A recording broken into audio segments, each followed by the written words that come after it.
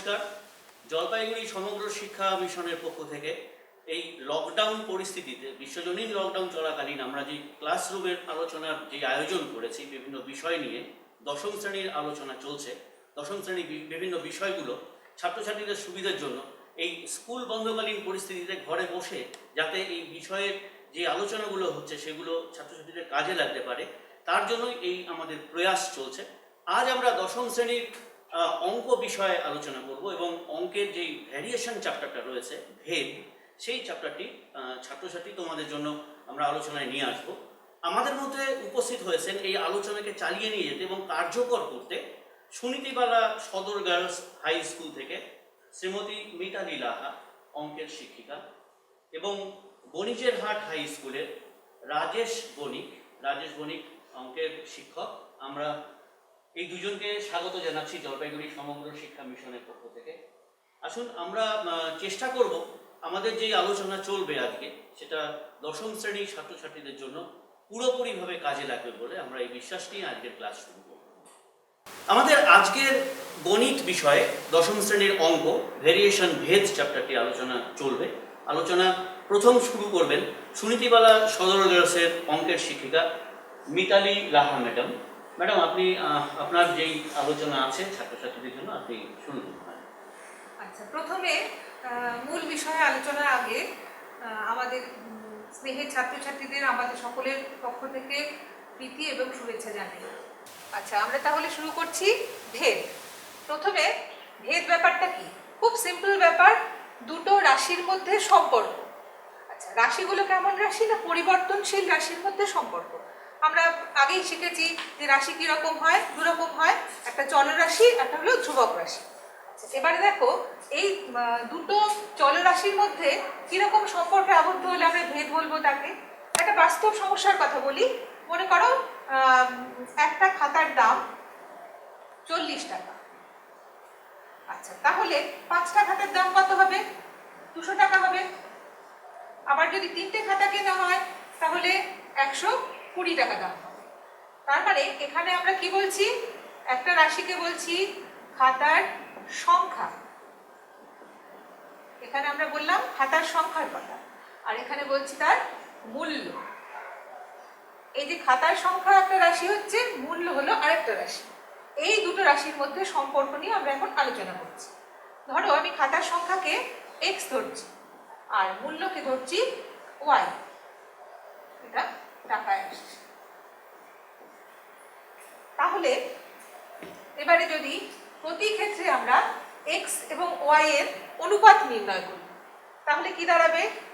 এখানে দেখো 1/40, এখানে এলো 5/200, আর এখানে হলো 3/120। আচ্ছা, এখানে 1/40, এটাকে সিম্পলিফাই করলে এলো 1/40, এখানেও সিম্পলিফাই করলে এলো 1/40।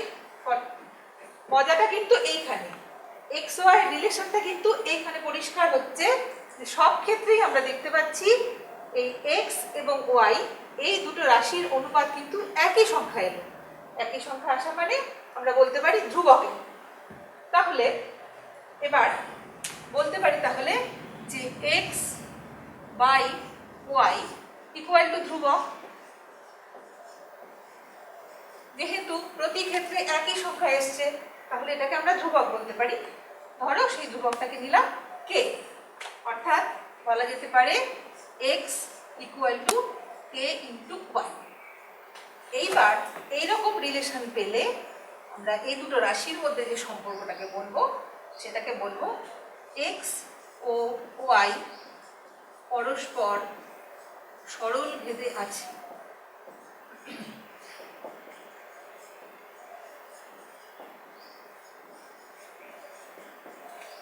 বোঝা গেল এটুকু? তাহলে আমরা কি বললাম যে x ও y পরস্পর সরলভেদে আছে।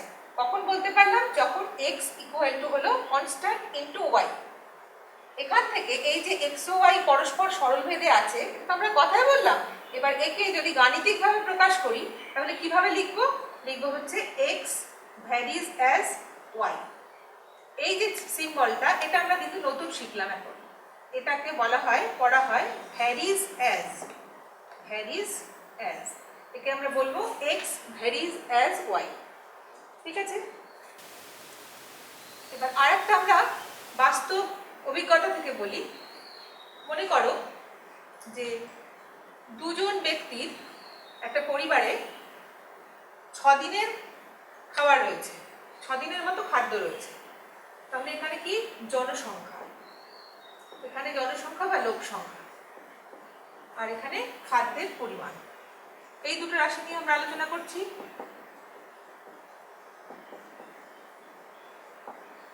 দুজন লোকের 6 দিনের খাবার রয়েছে।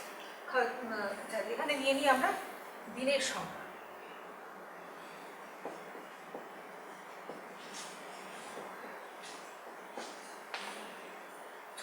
দুজন লোকের 6 দিনের খাদ্য রয়েছে।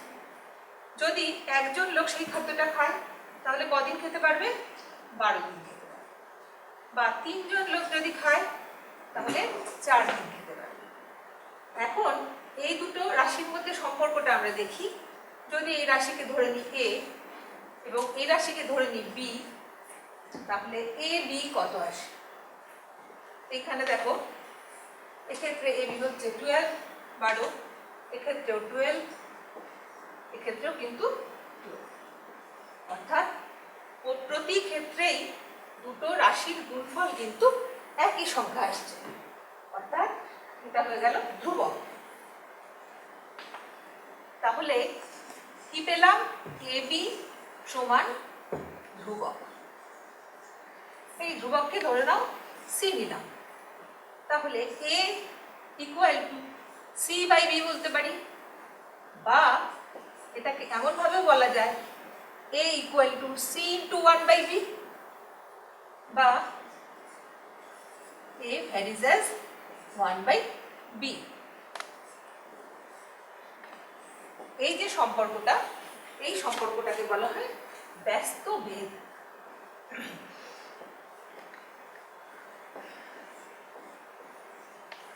ঠিক আছে, এই ধরনের সম্পর্ককে বলা হয় ব্যস্ত ভেদ। তাহলে সরল ভেদ শিখলাম, ব্যস্ত ভেদ শিখলাম। আচ্ছা, তাহলে আমরা দেখলাম ব্যস্ত ভেদের সম্পর্কটা কিরকম।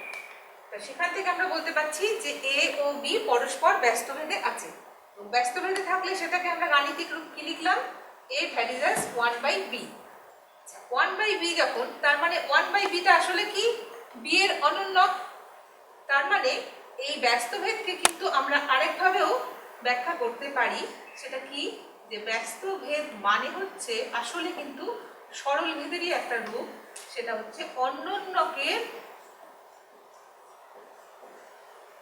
সঙ্গে সরল ভেদে থাকা।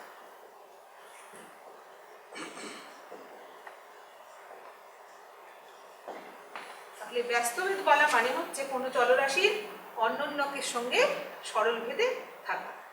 এই গেল আমাদের সরল ভেদ এবং ব্যস্ত ভেদ সম্পর্কে ধারণা। এবার আসছি যে দুটো ভেদ যদি একসাথে করে আমরা আরেক রকম ভেদের নিয়ে আলোচনা করি, সেটা হচ্ছে যৌগিক ভেদ। যৌগিক শব্দটার মধ্যেই কিন্তু কিছুটা বিষয়টা সম্পর্কে ধারণা করা যাচ্ছে। যৌগিক ভেদ কি? যদি কোনো রাশি, কোনো চলরাশি একাধিক চলরাশির গুণফলের সঙ্গে সরল ভেদে যুক্ত থাকে, তাহলে সেক্ষেত্রে আমরা বলবো প্রথম চলরাশিটা ওই পরবর্তী চলরাশিগুলোর সঙ্গে যৌগিক ভেদে আছে। যেমন একটা বলছি X varies as Y Z যদি হয়, এটা আমরা এখান থেকে কি বুঝতে পারছি? যে এক্স ওয়াই এবং জেড এদের গুণফলের সঙ্গে সরল ভেদে আছে। তাহলে বলবো এটাকে যে এক্স ওয়াই জেড এর সঙ্গে যৌগিক ভেদে রয়েছে। একটা উদাহরণ তোমাদের বলতে পারি। তোমরা তো ত্রিভুজের ক্ষেত্রফলের ফর্মুলা জানো, হাফ ভূমি ইন্টু উচ্চতা ক্ষেত্রফল। তার মানে ত্রিভুজের ক্ষেত্রফল কিন্তু ত্রিভুজের ভূমি এবং উচ্চতা এই দুজনের গুণফলের সঙ্গে যৌগিক ভেদে রয়েছে। এই গেল আমাদের 3 রকম ভেদ সম্পর্কে আলোচনা: সরল ভেদ, ব্যস্ত ভেদ এবং যৌগিক ভেদ। যৌগিক ভেদ বোঝা গেল তাহলে যে X varies as Y Z, অর্থাৎ এক্স ওয়াই এবং জেড এর গুণফলের সঙ্গে সরলভেদে রয়েছে। আচ্ছা, ওকে ম্যাম, এখানে ছাত্রছাত্রীদের মধ্যে একটা প্রশ্ন আসতে পারে, মানে ওদের মনে হয়তো এই প্রশ্নটা হতে পারে, যেহেতু ওরা সরল ভেদ এবং ব্যস্ত ভেদ দুটোই বুঝলো, তো এক্স তো ধরুন সাপোজ এক্স ওয়াই এর সাথে সরল ভেদে আছে এবং জেড এর সাথে ব্যস্ত ভেদে আছে, আচ্ছা, হ্যাঁ। সেক্ষেত্রে কি ওরা যৌগিক ভেদ ব্যাপারটা এখানে অ্যাপ্লাই করতে পারবে, ওরা যৌগিক ভেদ করা যেতে পারে? হ্যাঁ, খুব ভালো প্রশ্ন, এটা ভীষণ ভালো প্রশ্ন, অবশ্যই এটা বলার ব্যাপার আছে। যদি এক্স ওয়াই এর সঙ্গে সরল ভেদে থাকে এবং জেড এর সঙ্গে ব্যস্ত ভেদে থাকে, তখনও আমরা কিন্তু বলবো যে এক্স উভয়ের সঙ্গেই যৌগিক ভেদে আছে। কেন বলছি, আমরা এর আগেই ব্যস্ত ভেদের কথা বললাম, ব্যস্ত ভেদকে কিন্তু সরল ভেদের আকারেই আমরা ভাবতে পারি, যে সরল ভেদ মানে ব্যস্ত ভেদ মানে হচ্ছে ওই চলরাশির অনন্যকের সঙ্গে সরল ভেদে আছে। তা যদি হয়, তাহলে যে প্রশ্নটা আপনি করলেন যে এক্স ওয়াই এর সঙ্গে সরল ভেদে আছে, তাহলে এক্স ভার্সেস ওয়াই লিখলাম এবং জেড এর সঙ্গে ব্যস্ত ভেদে আছে, তাহলে জেড এর সঙ্গে ব্যস্ত ভেদে থাকা মানে ওয়াই বাই জেড এর সঙ্গে ওয়ান বাই জেড এর সঙ্গে সরল ভেদে আছে, অর্থাৎ ওয়ান বাই জেড, বা এটাকে আমরা লিখতে পারি X versus Y by Z. এক্ষেত্রেও অবশ্যই এক্স ওয়াই জেড এর সঙ্গে যৌগিক ভেদে আছে। ঠিক আছে, তাহলে ছাত্রছাত্রীদের ব্যাপারটা পরিষ্কার হয়ে গেল। আশা করি অসুবিধা হবে না তিন রকম ভেদ সম্পর্কে ধারণা নিতে। আচ্ছা দেখো, সরল ভেদের ক্ষেত্রে কিন্তু আমরা দুটো চলরাশির মধ্যে আলোচনা করেছি, দুটো চলরাশির মধ্যে সম্পর্কের কথা আলোচনা করেছি, ব্যস্ত ভেদের ক্ষেত্রেও তাই করেছি, কিন্তু দুইয়ের বেশি চলরাশি যদি হয় তখন সেটাকে আমরা বলছি যৌগিক ভেদ। এবার সেই যৌগিক ভেদের উপপাদ্যের বিবৃতিটা আমরা এবার জানবো।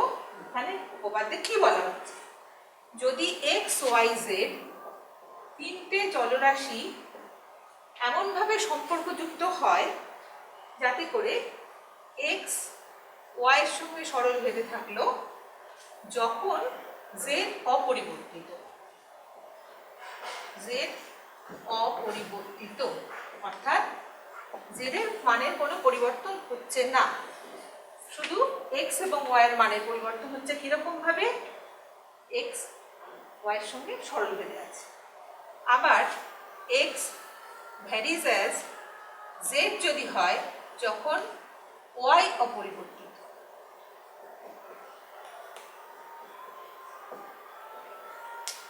তাহলে যৌগিক ভেদের উপপাদ্য থেকে বলা যায় এক্স ওয়াই এবং জেড উভয়ের গুণফলের সঙ্গে সরল ভেদে থাকবে এবং সেক্ষেত্রে অবশ্যই ওয়াই এবং জেড উভয়েই পরিবর্তিত হবে।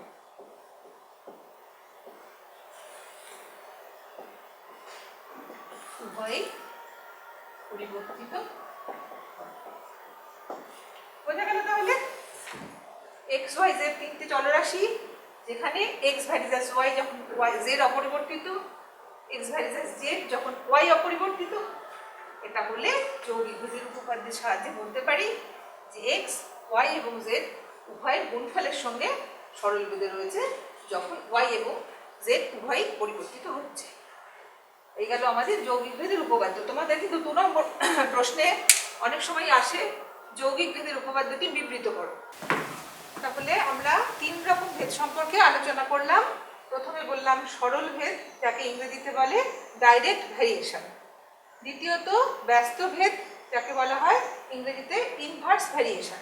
এবং তৃতীয়ত যৌগিক ভেদ, জয়েন্ট ভ্যারিয়েশন।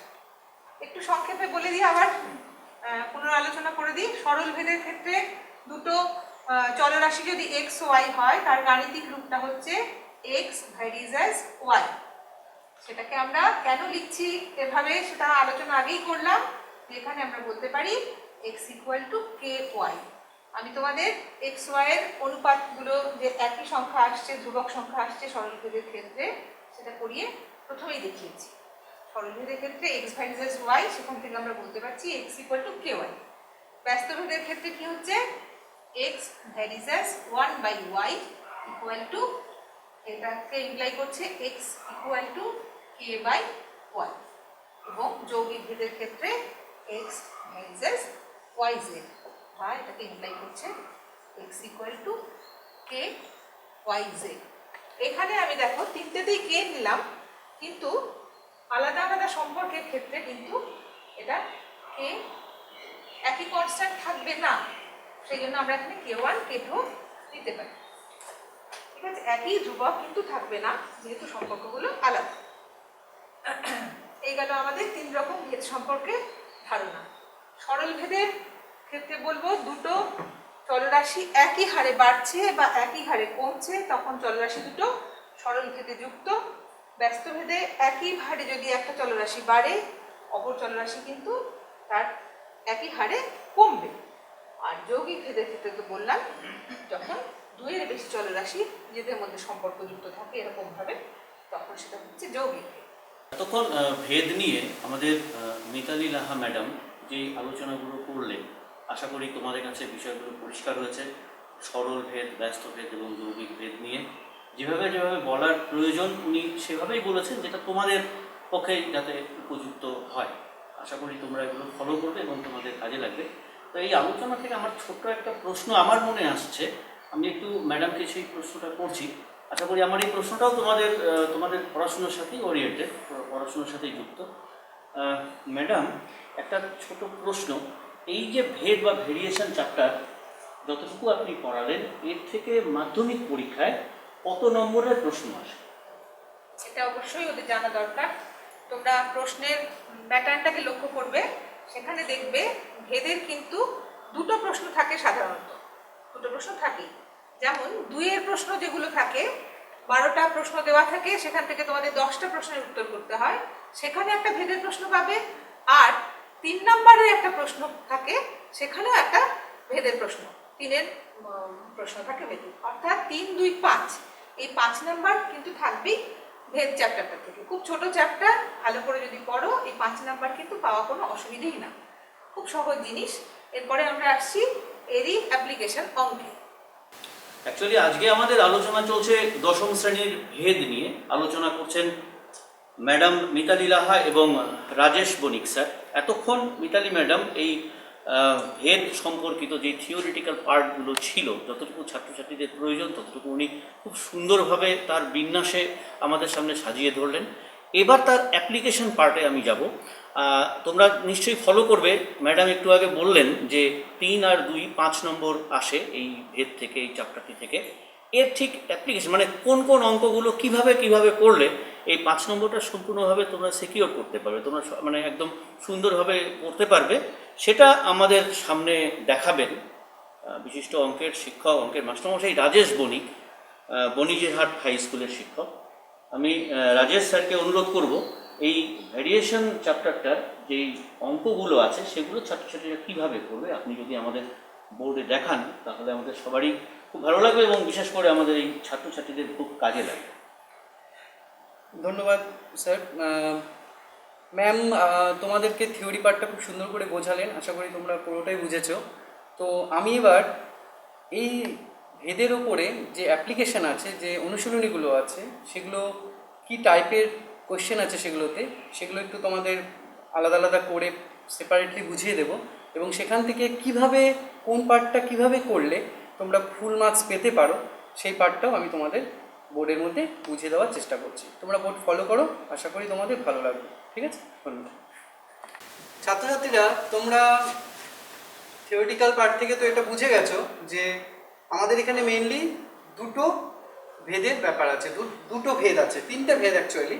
তো দুটো ভেদ, থার্ড ভেদ যেটা আছে সেটা দুটো ভেদেরই কম্বিনেশন। যাই হোক, মেইনলি দুটো ভেদ, একটা হলো সরল ভেদ, একটা হলো ব্যস্ত ভেদ, তাই তো? ম্যাম যেটা বললেন, তো আমি জাস্ট একবার দুটো লাইনকে বলে দিচ্ছি। যদি এক্স ও ওয়াই দুটো চলরাশি হয় তাহলে সেক্ষেত্রে এরা যদি সরল ভেদে থাকে সেক্ষেত্রে আমরা কি লিখতে পারি?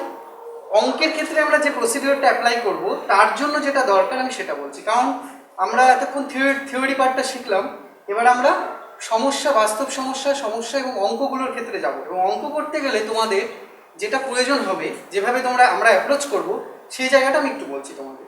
যদি এক্স ও ওয়াই দুটো চলরাশি সরল ভেদে থাকে তাহলে এক্ষেত্রে আমরা এই ফর্মুলাটা বা এই রেজাল্টটা ইউজ করব যে এক্স বাই ওয়াই, তার মানে এক্স ও ওয়াই এর ভাগফলটা ধ্রুবক হবে, বা কে ধরতে পারি সেটাকে। তোমরা জানো কে হলো একটা ভেদের ধ্রুবক, যেটা নট ইকুয়ালস টু 0। আচ্ছা, আর এটা হচ্ছে সরল ভেদ। আর এক্স ও ওয়াই যদি ব্যস্ত ভেদে থাকে সেক্ষেত্রে আমরা কি ইউজ করব, এদের গুণফলটা হবে ধ্রুবক। এবং কেন হয় কি হয় সেটা তোমরা জেনে গেছো, কেন এটা হয় ম্যাম তোমাদের বলেছে খুব সুন্দর করে। তো আমি জাস্ট আমাদের অঙ্কের ক্ষেত্রে এই জায়গাটা আমাদের কাজে লাগবে অঙ্ক করতে গেলে, যে সরল ভেদের সময় আমরা কি করব, দুটো চলরাশি সরল ভেদে থাকলে ভাগফলটাকে ধ্রুবক ধরে আমরা কাজ করতে পারবো, বা সরল ভেদ দেখাতে গেলে আমরা এটা দেখাতে পারবো যে যদি চলরাশি দুটোর ভাগফল ধ্রুবক চলে আসে তাহলে এখান থেকে তোমরা কনক্লুশন দিতে পারবে যে এরা সরল ভেদে আছে। তেমনি দুটো চলরাশির যদি গুণফলটা ধ্রুবক চলে আসে সেখান থেকে তোমরা কনক্লুশন দিতে পারবে এরা ব্যস্ত ভেদে আছে। মানে সরল ভেদ ব্যস্ত ভেদে এটা সাম আপ করে দিলাম তোমাদের। এটা কিন্তু আমাদের অঙ্কের ক্ষেত্রে খুব কাজে লাগবে। মানে সরল ভেদের জন্য ভাগফল ধ্রুবক, ব্যস্ত ভেদের জন্য গুণফল ধ্রুবক। ঠিক আছে, দেখো তোমরা দেখতে পাচ্ছ আমি সমস্ত সমস্যাগুলোকে, তোমাদের অনুশীলনীতে যে সমস্যাগুলো রয়েছে, যে অঙ্কগুলো রয়েছে সেগুলোকে আমি দুটো পার্টে ভাগ করেছি। তোমরা যখন অঙ্কগুলো করবে দেখবে যে অঙ্কগুলো মেইনলি এই দুটো পার্টকে ফলো করে। ফার্স্ট পার্টটা আমি কি নিয়েছি দেখো, ভেদ সম্পর্কিত সমস্যার মধ্যে প্রথম পার্টটা নিয়েছি বীজগাণিতিক সমস্যা। বীজগাণিতিক সমস্যা মানে তোমরা দেখবে এক ধরনের সমস্যা রয়েছে যেখানে চলরাশি যুক্ত, মানে যে সমস্যাগুলোর মধ্যে চলরাশি আছে, চলরাশি মানে কি, এক্স থাকবে, ওয়াই থাকবে, অথবা এ থাকবে, বি থাকবে, বা ইউ থাকবে, ভি থাকবে, চলরাশি যুক্ত কিছু সমস্যা আছে যার মধ্যে চলরাশি আছে, এক্সিস্টিং চলরাশি আছে, তার কিছু সম্পর্ক নিয়ে কিছু সমস্যা আছে। এই সমস্যাগুলোর আমি নাম দিলাম বীজগাণিতিক সমস্যা। ঠিক আছে, যার মধ্যে চলরাশি যুক্ত সমস্যা যেগুলো। আচ্ছা, আরেকটা সমস্যা আমি এখানে লিখেছি দেখো, বাস্তব সমস্যা। বাস্তব সমস্যা মানে তুমি এখানে ভাবতে পারো তোমরা পাটিগণিতে যেমন বিভিন্ন বাস্তব সমস্যার উপর অঙ্ক করেছো, যেখানে কি হয় একটা প্রশ্নের অঙ্ক থাকে, ল্যাঙ্গুয়েজ দিয়ে থাকে, সেরকম আমরা প্রশ্নের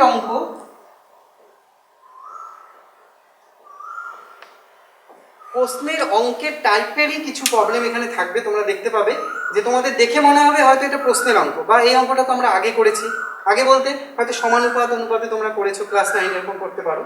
তো প্রশ্নের অঙ্কের মতো আকারে একটা কিছু কোয়েশ্চেন থাকবে, বাস্তব কিছু ঘটনার উপরে বা কিছু সমস্যার উপরে বা কিছু স্টেটমেন্টের উপর থাকবে। সেই সমস্যাগুলোর আমি নাম দিয়েছি বাস্তব সমস্যা। সেখানে কিন্তু কোনো চলরাশি থাকবে না, সেখানে তোমাকে পুরো ব্যাপারটাই ধরে নিয়ে ভেদের সম্পর্কগুলো তৈরি করতে হবে। তার মানে মেইনলি আমরা দুটো টাইপের দেখতে পাচ্ছি, একটা বীজগাণিতিক সমস্যা যার মধ্যে চলরাশি যুক্ত সমস্যা, যার মধ্যে চলরাশি থাকবে, আর একটা হলো বাস্তব সমস্যা যার মধ্যে চলরাশি থাকবে না, বাস্তব কিছু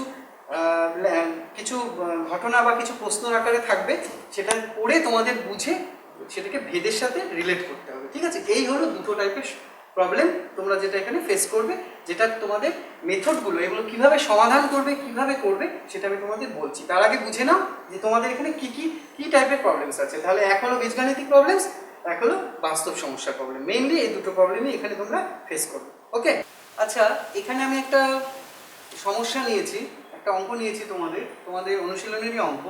দেখো অঙ্কটা কি বলেছে, অঙ্কটাতে এক্স ও ওয়াই দুটো চল বলা আছে এবং সেই চলের কতগুলো মান দেওয়া আছে।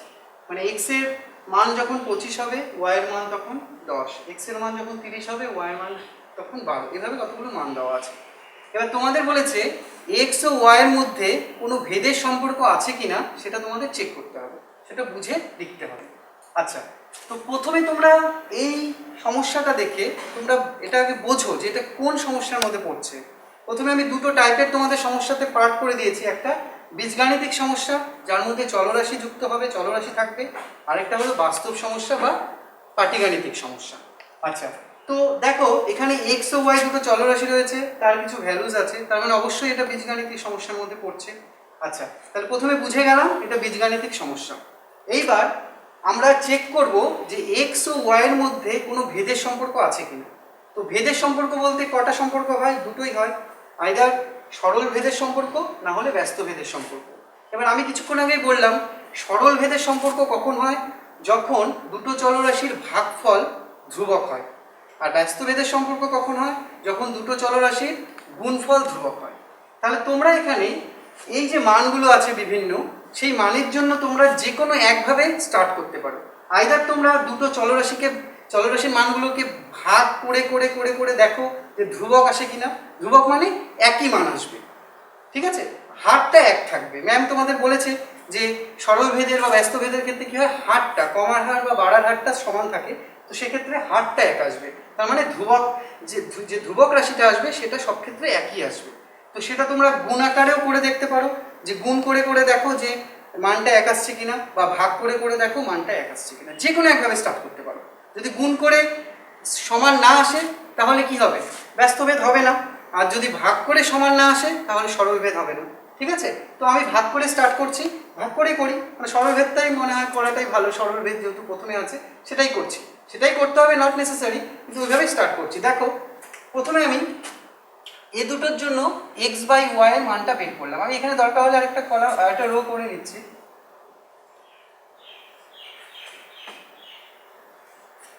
এক্স বাই ওয়াই, ঠিক আছে। তাহলে এক্স বাই ওয়াই করলে এটা কত হচ্ছে, 25/10, তার মানে 5/2। আচ্ছা, এখানে কত হচ্ছে 30/12, তার মানে কত হলো 5/2। এখানে কত হচ্ছে 45/18, তার মানে 5/2। এখানে কত হচ্ছে 250/100, তার মানে 5/2। দেখো তোমরা দেখলে প্রত্যেক ক্ষেত্রেই x বাই ওয়াই, এক্স ভাগ ওয়াই এর মানটা কিন্তু সমান এসছে। তার মানে এখান থেকে আমরা লিখতে পারবো এক্স বাই ওয়াই সমান সমান 5/2।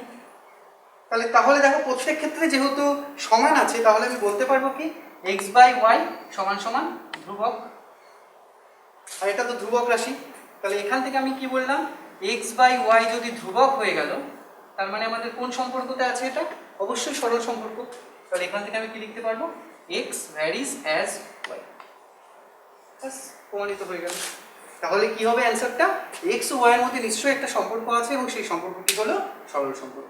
বোঝা গেল কিভাবে করলাম। তোমরা গুণাকারেও করতে পারতে, ভাগাকারেও করতে পারবে, যেভাবেই হয় করবে, ঠিক আছে।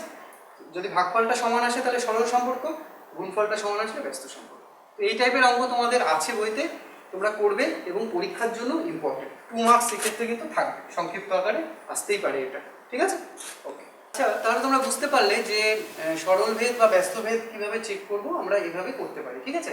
তাছাড়া দেখো অনেক সময় যদি এটা এমসিকিউতে এই ধরনের কোশ্চেন চলে আসে, তো সেক্ষেত্রে সময় অল্প, সময়টা সেভ করার জন্য তোমরা এই ভ্যালুসগুলো দেখে নিয়েও তোমরা বুঝতে পারবে কীরকম সেটা। দেখো আমরা সরল ভেদের ক্ষেত্রে কি জানি, এক্স এর মানটা যদি বাড়তে থাকে ওয়াই এর মানটাও বাড়তে থাকবে। আর ব্যস্ত ভেদে কি জানি, এক্স এর মান বাড়তে থাকবে এবং ওয়াই এর মান কমতে থাকবে, তবেই তো ব্যস্ত ভেদ হবে। আর সরল ভেদে দুটোই বাড়তে থাকবে বা দুটোই কমতে থাকবে।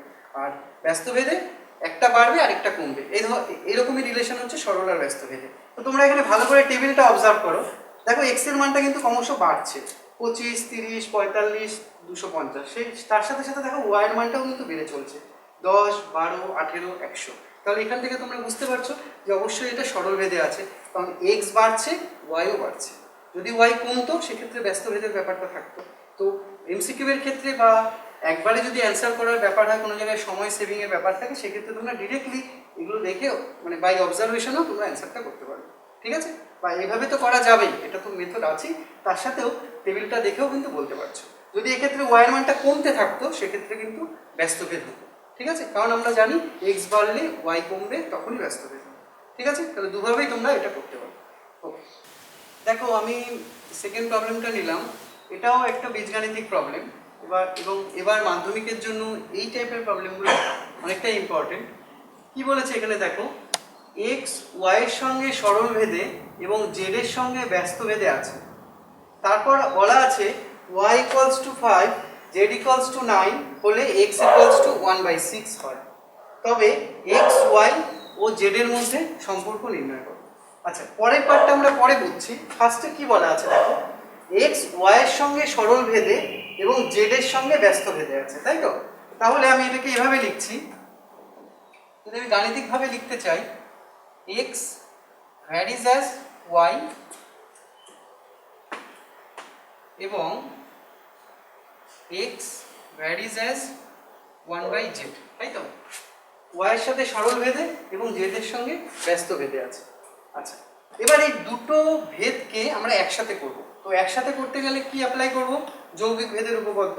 তো এখানে যদি আমি যৌগিক ভেদের উপপাদ্য অ্যাপ্লাই করি তো সেক্ষেত্রে কি লিখতে পারবো? যৌগিক ভেদের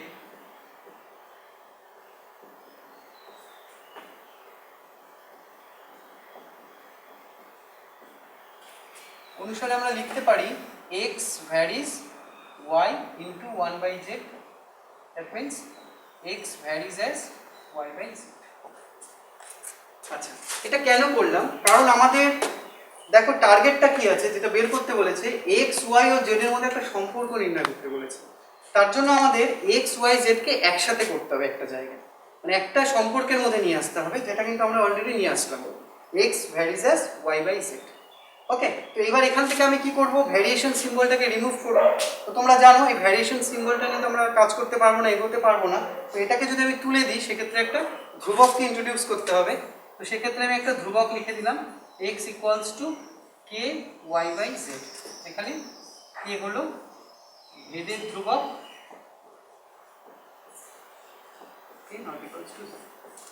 ঠিক আছে? আচ্ছা, এইবার এটাকে আমি একটা নাম্বার দিয়ে দিলাম, কারণ তোমরা যদি ভালো করে দেখো তাহলে দেখো x y z একটা রিলেশনের মধ্যে অলরেডি চলে এসেছে, x equals to K y/z। এটা কিন্তু রিলেশন, কিন্তু এখানে শুধু এই কে যে ধ্রুবকটা রয়েছে তার ভ্যালুটা জানা নেই। তো এই ধ্রুবকটার ভ্যালু আমাকে বের করতে হবে। যদি এই ধ্রুবকের ভ্যালুটা পেয়ে যাই তাহলে x y z এর মধ্যে সম্পর্কটা কিন্তু আমাদের চলে আসবে, ঠিক আছে? তো এই কে ধ্রুবকের মানটা আমাদের এবার বের করতে হবে। তো এই মানটা বের করার জন্য তোমাকে প্রশ্নে নিশ্চয়ই কিছু বলা থাকবে এই মান বের করার জন্য। দেখো বলা আছে, কি বলা আছে? y equals to 5, z equals to 9 হলে x ইকুয়ালস টু 1/6 হয়।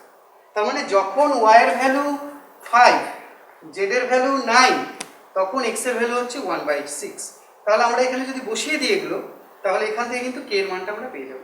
যখনই k এর মানটা পেয়ে যাব, সেই মানটাকে যদি আবার আমরা এখানেই বসিয়ে দিই তাহলে কিন্তু সম্পর্কটা, এক্সাক্ট সম্পর্কটা কিন্তু চলে আসবে, ঠিক আছে? তাহলে সেটাই করছি। তাহলে কীভাবে লিখবো? তো লিখছি যখন y equals to 5, z equals to 9, x equals to 1/6। তাহলে এগুলো যদি এখানে বসিয়ে দিই সেক্ষেত্রে কি পাচ্ছ তোমরা? 1/6 ইকুয়ালস টু k ইন্টু 5/9। তাহলে এখান থেকে আমরা পেয়ে যাচ্ছি k ইকুয়ালস টু 3/5। k এর মান পেয়ে গেলাম 3/5। এবারে k এর মানটা যদি 1 নম্বরে বসিয়ে দিই তাহলেই আমাদের সম্পর্ক চলে আসলো। তাহলে এবার 1 এ বসিয়ে দাও। তাহলে 1 এ k এর মান বসিয়ে কি পাবে? x equals to 3y/5। এটাই হয়ে গেল x y z এর মধ্যে সম্পর্ক। তো বোঝা গেল কিভাবে করলাম? কিছুই নয়, প্রথমে আমাদের দুটো ডিফারেন্ট ভ্যারিয়েশন দেওয়া ছিল, সেখান থেকে আমরা যৌগিক ভেদ অ্যাপ্লাই করে একটা ভ্যারিয়েশনের মধ্যে সবাইকে নিয়ে আসলাম। তারপর একটা কে ইন্ট্রোডিউস করলাম, কারণ ভ্যারিয়েশনটা নিয়ে তো কিছু করতে পারছি না। তো ভ্যারিয়েশনকে আমাকে তুলতে গেলে কি আনতে হবে? একটা ধ্রুবক বা কনস্ট্যান্টকে ইন্ট্রোডিউস করতে হবে, সেটা করে দিলাম। এবার দেখলাম যে এটাই সম্পর্ক হয়ে গেছে, বাট কে এর মানটা শুধু আমাকে জানা নেই, কেটা এভাবে রাখতে পারবো না। তো কে এর মান বের করার জন্য তোমাদের প্রশ্নেই কিছু ইনফরমেশন দেওয়া থাকবে, যেটা দেওয়া আছে। এবার এই মানগুলো বসিয়ে দিলাম, সেখান থেকে কে এর মানটা পেয়ে গেলাম, কে এর মানটা আবার এখানেই বসিয়ে দিলাম, তারপর আমার অ্যান্সারটা চলে আসবে, ঠিক আছে? এটাই সম্পর্ক। তো এই টাইপের প্রবলেমগুলো কিন্তু, এই টাইপের অনেকগুলো সমস্যা দেখলে বইতে আছে, এগুলো কিন্তু এবারের মাধ্যমিকের জন্য ইম্পর্টেন্ট, ঠিক আছে? তো এবারে এই টাইপেরগুলো আসেনি, তো নেক্সট ইয়ার 2021-এ কিন্তু এটা আসার চান্স আছে। তো ভালো করে এই টাইপের সমস্যাগুলো বাড়িতে সলভ করবে। আচ্ছা, তোমরা দেখো যে আমাদের 3 নম্বর প্রবলেম, সেটা আমি একটা বাস্তব সমস্যা নিয়েছি, যেটা আমাদের সেকেন্ড টাইপের যে প্রবলেমসগুলো ছিল, আমি দুটো টাইপে ভাগ করেছিলাম, বীজগাণিতিক সমস্যা, বাস্তব সমস্যা। তো বাস্তব সমস্যার মধ্যে আমি একটা অঙ্ক নিয়েছি এখানে, তোমাদের এটা অনুশীলনীর শেষের দিকেরই একটা অঙ্ক, খুব ইম্পর্টেন্ট পরীক্ষার জন্য। দেখো আমি কোশ্চেনটা পড়ছি, তারপর তোমরা বোঝো যে আমি যেটা বলেছি তোমাদের কিছুক্ষণ আগে, যে বাস্তব সমস্যার ক্ষেত্রে তোমাদের একটা প্রশ্নের অঙ্ক টাইপের দেওয়া থাকবে, যেমন দেখতে পাচ্ছ একটা প্রশ্নের অঙ্কই দেওয়া আছে। তো এক্ষেত্রে কোনো চলরাশি থাকবে না, তোমাদেরই সমস্ত কিছু ধরে নিতে হবে। এবার কীভাবে ধরবো, কীভাবে আমরা ভেদের সম্পর্কটা তৈরি করব, সেটা আমি তোমাদের বলছি। আগে তোমরা দেখো, আমি প্রশ্নটা পড়ছি। কি বলেছে? গোলকের আয়তন তার ব্যাসার্ধের দৈর্ঘ্যের ত্রিঘাতের সঙ্গে সরলভেদে আছে এবং গোলকের পৃষ্ঠতলের ক্ষেত্রফল তার ব্যাসার্ধের দৈর্ঘ্যের বর্গের সঙ্গে সরলভেদে পরিবর্তিত হয়। তার মানে কি, আয়তন দৈর্ঘ্যের ত্রিঘাতের সাথে সরলভেদে এবং পৃষ্ঠতলের ক্ষেত্রফল ব্যাসার্ধের বর্গের সাথে সরলভেদে আছে, তাই তো? এবার প্রমাণ করো যে গোলকের আয়তনের বর্গ তার পৃষ্ঠতলের ঘনের সঙ্গে সরলভেদে আছে। তার মানে তোমাদের আয়তনের সাথে ব্যাসার্ধের একটা সম্পর্ক দেওয়া আছে, পৃষ্ঠতলের ক্ষেত্রফলের সাথে ব্যাসার্ধের একটা সম্পর্ক দেওয়া আছে। এইবার আয়তনের সাথে পৃষ্ঠতলের ক্ষেত্রফলের একটা সম্পর্ক তোমাদের প্রমাণ করতে হবে। কি সম্পর্ক? যে আয়তনের বর্গ পৃষ্ঠতলের ক্ষেত্রফলের ঘনর সাথে সরলভেদে আছে, এটা প্রমাণ করতে হবে। তাহলে আমাদের দেওয়া আছে কি, গিভেন কি আছে? আচ্ছা, তাহলে দেখো প্রথমে এখানে দেখো যে কটা চলরাশি আছে, কটা রাশি আছে। মেইনলি তিনটে রাশি দেখতে পাচ্ছি আমরা। একটা হচ্ছে গোলকের আয়তন,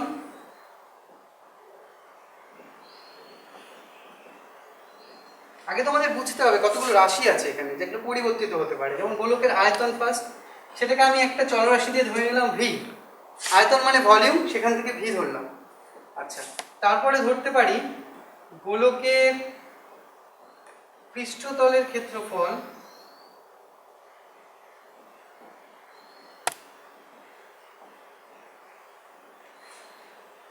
সেটাকে আমি ধরে নিলাম এ।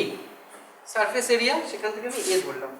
আচ্ছা, গোলকের ব্যাসার্ধ, সেটাকে আমি ধরে নিলাম আর। ব্যাসার্ধ মানে রেডিয়াস, সেখান থেকে আর।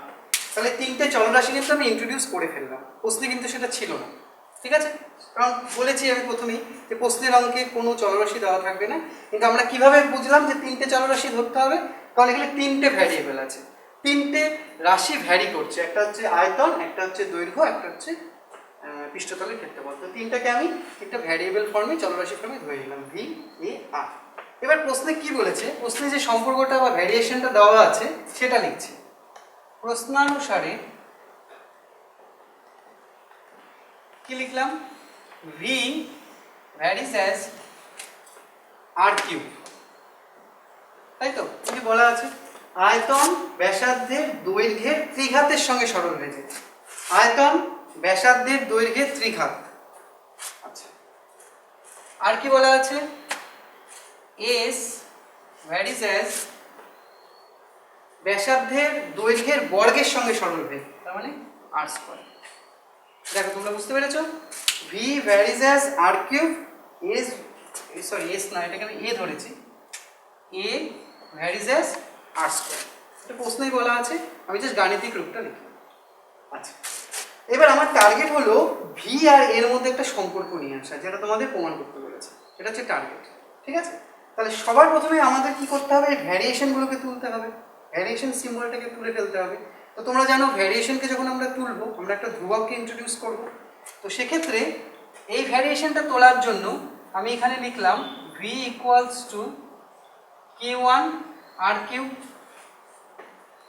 আর এখানে আমি লিখলাম A equals to K2 R square, যেখানে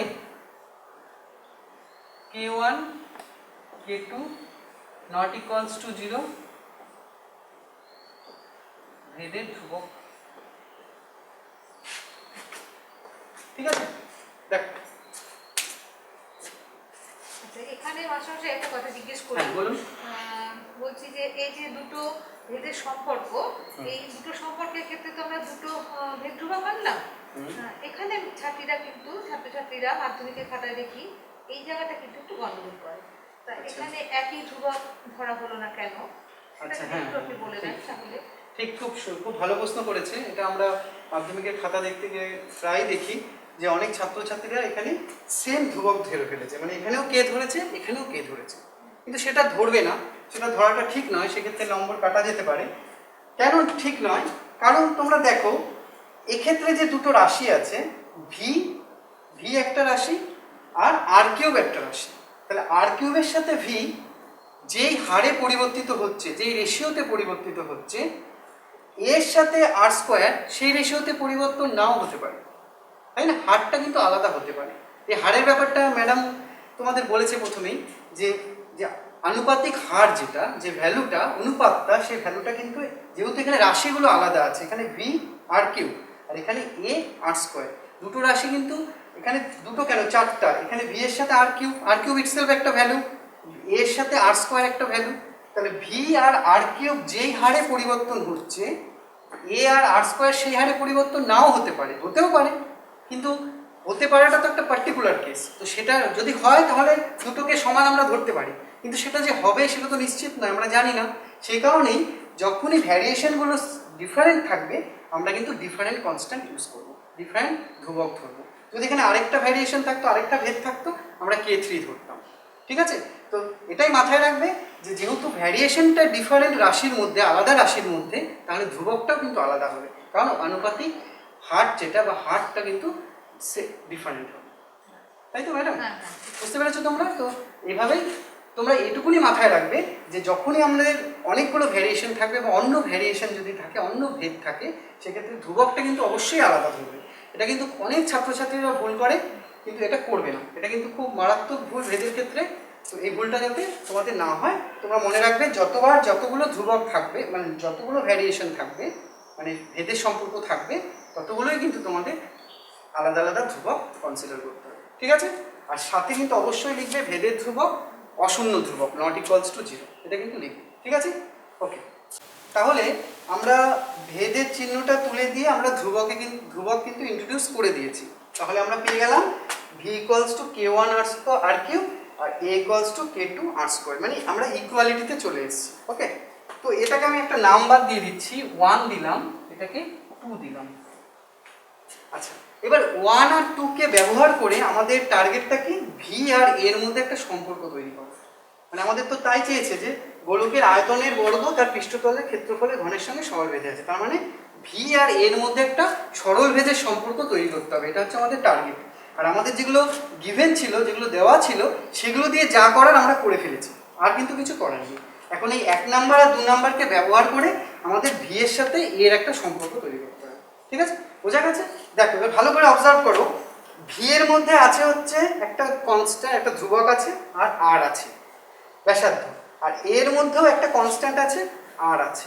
তাহলে আমরা যদি 1 আর 2 এই দুটো সম্পর্ক থেকে এই আরটাকে রিমুভ করতে পারি, আরটাকে এলিমিনেট করতে পারি, আরটাকে তাড়িয়ে দিতে পারি, তাহলেই কিন্তু ভি আর এর মধ্যে একটা সম্পর্ক চলে আসবে।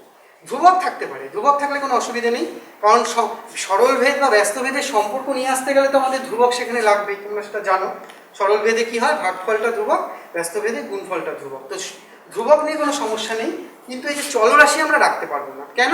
কারণ আমাদের উত্তরে চেয়েছে আয়তনের সাথে ক্ষেত্রফলের সম্পর্ক, ব্যাসার্ধের কথা কিন্তু কিছু বলা নেই। ব্যাসার্ধ যেখানে, ব্যাসার্ধটা কি হবে? ব্যাসার্ধটাকে আমাকে এখানে এলিমিনেট করতে হবে, কারণ ব্যাসার্ধের সাথে সম্পর্ক চাইনি, তো ভি এর সাথে এর সম্পর্ক চেয়েছে। সেক্ষেত্রে আমাদের এই দুটো থেকে ব্যাসার্ধটাকে এলিমিনেট যদি করতে পারি, তবেই আমরা এদের মধ্যে একটা সম্পর্ক পেয়ে যাবো। ঠিক আছে? কিভাবে করবো দেখো, তার জন্য আমি করছি যেটা,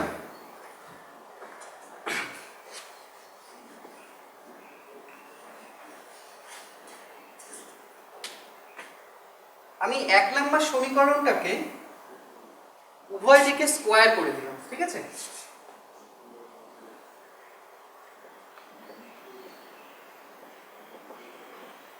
উভয় দিকে বর্গ করে দিলাম, বর্গ করে পাই। তাহলে বর্গ করলে কি হবে বলো? এটা হয়ে যাবে ভি স্কোয়ার, এদিকে হয়ে যাবে K1 স্কোয়ার, এদিকে হয়ে যাবে K2 6, আর কিউবের স্কোয়ার, তার মানে কি R2 6 হয়ে যাবে, পাওয়ারগুলো মাল্টিপ্লাই হয়ে যায়। আচ্ছা, তাহলে এটাকে আমি একটা নাম্বার দিয়ে, আচ্ছা এবার এখান থেকে আমি R2 এর মানটা বের করে রাখছি। তাহলে R2 এর মান হয়ে গেল V square by K1 square. তো এটাকে আমি নাম্বার দিয়ে দিলাম 3। আচ্ছা, একইভাবে 2 নাম্বারকে আমরা কি করলাম? ঘন করে দিলাম।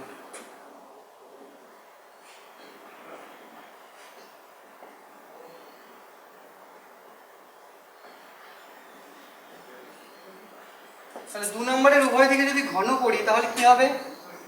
এটা a কিউব হয়ে গেল, আর ওটা হয়ে গেল k2 কিউব, আর ওটা কত হয়ে গেল r2 পাওয়ার 6 হয়ে গেল, তাই তো? সূচকটা 6 হয়ে গেল, r স্কয়ার ছিল তার পাওয়ার 3 নিলাম, মাল্টিপ্লাই হয়ে 6 হয়ে গেল। এখান থেকেও আমি কি করলাম, সরি r2, এখান থেকে আমি r টু দি পাওয়ার 6 এর মানটা বের করে রাখলাম। তাহলে কত হয়ে গেল a cube by k2 cube, এটার নাম্বার দিয়ে দিলাম আমি 4। দেখো 3 নাম্বার সমীকরণে আমি r টু দি পাওয়ার 6 এর মান বের করে রেখেছি v square by k1 square, আর 4 নাম্বার সমীকরণে আমি r2 এর মান বের করে r টু দি পাওয়ার 6 এর মান বের করে রাখছি a বাই k2 কিউব। এবার এই দুটো মানকে আমি তুলনা করে দেবো, দুটোকে সমান করে দেবো, কারণ r টু দি পাওয়ার 6 মানে এটা, আবার এখানে r টু দি পাওয়ার 6 মানে এই মানটা, তাহলে এই দুটো মান কি হবে, নিজেরা সমান হবে, তাই তো? তো সেক্ষেত্রে আমি লিখছি 3 ও 4 থেকে আমরা কি লিখতে পারি, v square by k1 square equals to a cube by k2 cube. তাহলে 3 ও 4 নম্বরের আমরা r টু দি পাওয়ার 6 এর মানটা তুলনা করে দিলাম, সমান করে দিলাম। তো এবার আমাদের টার্গেট হলো v এর সাথে a এর সম্পর্ক তৈরি করা, তাই তো? তো আমি v স্কয়ারের টার্মটাকে বাঁদিকে সিঙ্গেল রাখবো, আর এর টার্মটাকে ডান দিকে রাখবো, আর ধ্রুবকগুলোকে সব ডান দিকে নিয়ে যাবো, ঠিক আছে? বা আরেকটা কাজ আমরা করতে পারি, সেটা হলো যে দেখো এখানে প্রশ্নে কিন্তু বলা আছে আয়তনের বর্গ পৃষ্ঠতলের ক্ষেত্রফলের ঘনের সঙ্গে সরল ভেদে থাকবে। সরল ভেদ কথাটা বলেছে, তাহলে সরল ভেদ মানে আমরা কি জানি, ভাগফল ধ্রুবক দেখানোর একটা ব্যাপার আছে, তাই তো? তাহলে এখানে কার কার ভাগফলকে ধ্রুবক দেখাবো, আয়তনের বর্গ মানে ভি স্কয়ার, এই যে ভি স্কয়ার চলে এসছে, পৃষ্ঠতলের ক্ষেত্রফলের ঘন তার মানে এ কিউব চলে এসছে। তাহলে আমরা যদি কোনোভাবে দেখাতে পারি v square by a cube এটা সমান সমান ধ্রুবক, তাহলেই আমরা প্রমাণ করতে পারবো কি ভি স্কয়ার এ কিউবের সাথে সরল ভেদে আছে, ওটাই আমাদের প্রামাণ্য বিষয়, ঠিক আছে? তাই করছি। তাহলে ভি স্কয়ার আর এ কিউবটাই পাশে নিয়ে আসলাম, তাহলে এটা সমান সমান হয়ে গেল k1 square by k2 cube. আচ্ছা দেখো এখানে k1 একটা ধ্রুবক, তার বর্গ আছে, তাহলে বর্গ করলেও ধ্রুবকই থাকবে। k2 একটা ধ্রুবক, তার ঘন আছে, এটাও ধ্রুবক থাকবে। তাহলে উপরেরটাও ধ্রুবক, নিচেরটাও ধ্রুবক, দুটো ধ্রুবককে ভাগ করা হয়েছে, তাহলে রেজাল্টটাও কি হবে, ধ্রুবকই হবে। তাহলে এটা সমান সমান আমি কি লিখতে পারি, ধ্রুবক। তাহলে আলটিমেটলি কি পেলাম, v square by a cube সমান সমান ধ্রুবক। তাহলে কি দাঁড়ালো এখানে, দেখো v square by a cube মানে ভি স্কয়ার আর এ কিউবের ভাগফলটা ধ্রুবক। তাহলে দুটো চলরাশির ভাগফল ধ্রুবক হলে আমরা কি জানি, তারা কোন ভেদে থাকবে সম্পর্কে, সরল সম্পর্কে থাকবে, সরল ভেদে সম্পর্কে থাকবে। তাহলে এখান থেকে আমরা কি বলতে পারবো, V square varies as a cube. এটাই তো আমাদের প্রমাণ করতে বলেছে, ঠিক আছে? তাহলে এখানে আমরা কি করলাম, আমাদের একটা প্রশ্নের অঙ্ক দেওয়া ছিল, সেটার থেকে আমরা প্রথমে বুঝলাম যে কটা চলরাশি আছে, সেই চলরাশিগুলোকে আমরা ধরে নিলাম, আয়তন, পৃষ্ঠতলের ক্ষেত্রফল, ব্যাসার্ধ। সেই চলরাশিগুলোকে ধরে নিয়ে তাদের মধ্যে কিছু সম্পর্ক বলা ছিল, ভেদের সম্পর্ক, সেই ভেদের সম্পর্কগুলোকে লিখলাম। তারপর ভেদের সম্পর্কগুলো থেকে আমরা সমীকরণে আসলাম, ইকুয়েশন মানে ভ্যারিয়েশন সিম্বলটাকে রিমুভ করে ধ্রুবককে ইন্ট্রোডিউস করে আমরা ইকুয়ালিটিতে আসলাম। তারপর সেখান থেকে আমরা দেখলাম যে ভি আর এর মধ্যে কিভাবে সম্পর্ক আনা যায়। দেখলাম যে আমরা যদি ব্যাসার্ধটাকে ওখান থেকে এলিমিনেট করতে পারি, তাহলে ভি আর এর মধ্যে আমরা একটা সম্পর্ক পেয়ে যাব। সেই কারণে আমরা প্রথমে কি করলাম, দুটো সমীকরণেরই ব্যাসার্ধর পাওয়ারটাকে আমরা সেম বানালাম, তাহলে আমরা তুলনা করে ওটাকে এলিমিনেট করতে পারবো। তার জন্য আমরা কি করলাম, একটা সমীকরণকে ঘন করলাম আর একটা সমীকরণকে বর্গ করলাম, করে নিয়ে দেখলাম দুক্ষেত্রেই আমরা r টু দি পাওয়ার 6 এর মানটা পেয়ে গেলাম। তারপরে দুটো r টু দি পাওয়ার 6 এর মানটাকে আমরা তুলনা করলাম, যেই তুলনা করলাম দেখলাম আমাদের ভি স্কয়ারের সাথে এ কিউবের কিন্তু একটা সম্পর্ক, সুন্দর একটা সরল সম্পর্ক চলে আসলো।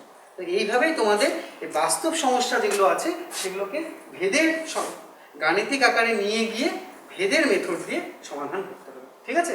তো তোমাদের প্রশ্নতে লেখাই থাকবে এইভাবে যে ভেদ প্রক্রিয়া সাহায্যে সমাধান করো, এই কথাটা লেখা থাকবে। কারণ এই অঙ্কগুলো আমরা অন্যভাবেও করতে পারি, অন্য সমানুপাত দিয়েও করতে পারি, তো সেক্ষেত্রে সেভাবে করা যাবে না, এগুলোকে আমাদের ভেদের মাধ্যমেই করতে হবে, ঠিক আছে?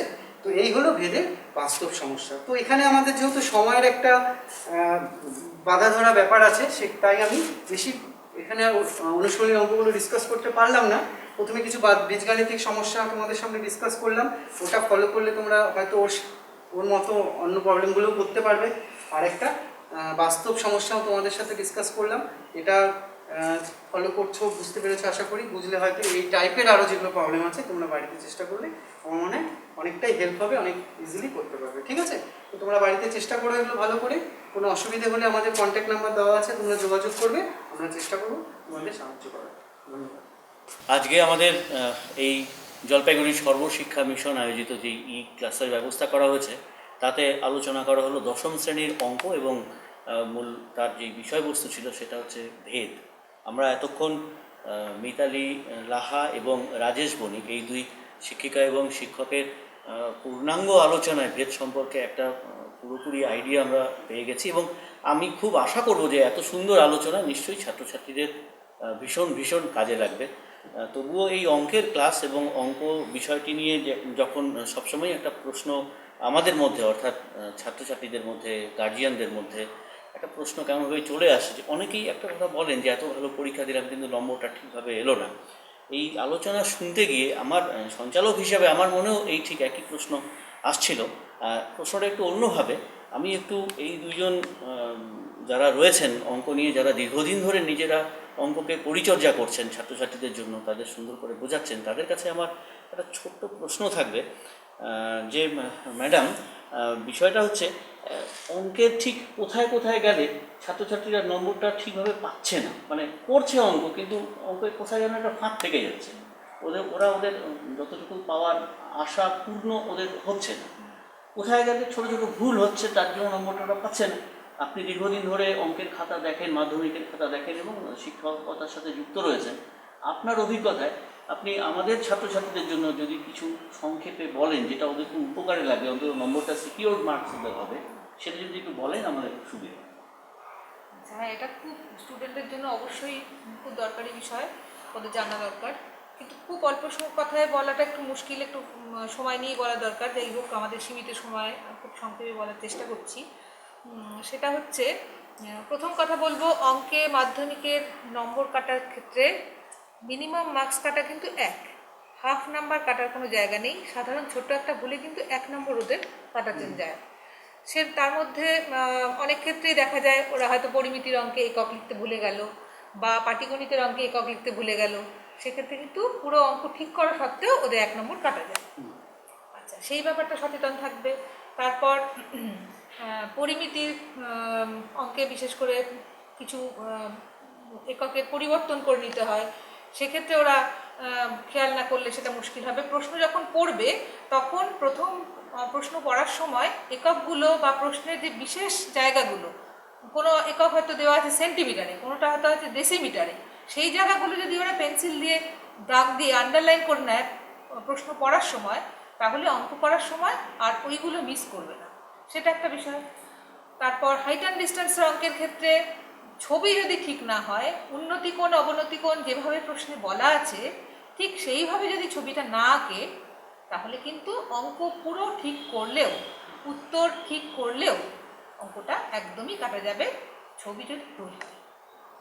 উপপাদ্যের ক্ষেত্রে উপপাদ্য আঁকলো, উপপাদ্যের লেখা ঠিক হলো, কিন্তু উপপাদ্যের ছবির নামের সঙ্গে লেখার নামের সঙ্গতি থাকলো না। স্টুডেন্ট ভাবলো যে 5-এ 5 পাবো, কিন্তু আসলে সে 5-এ 0 পেয়ে গেল। এই জায়গাগুলো কিন্তু খুব বড় জায়গা, যে ওরা ভাবে যে আমি লিখে এসেছি ভালো নম্বর পাবো, কিন্তু পেয়ে যায় কম নম্বর।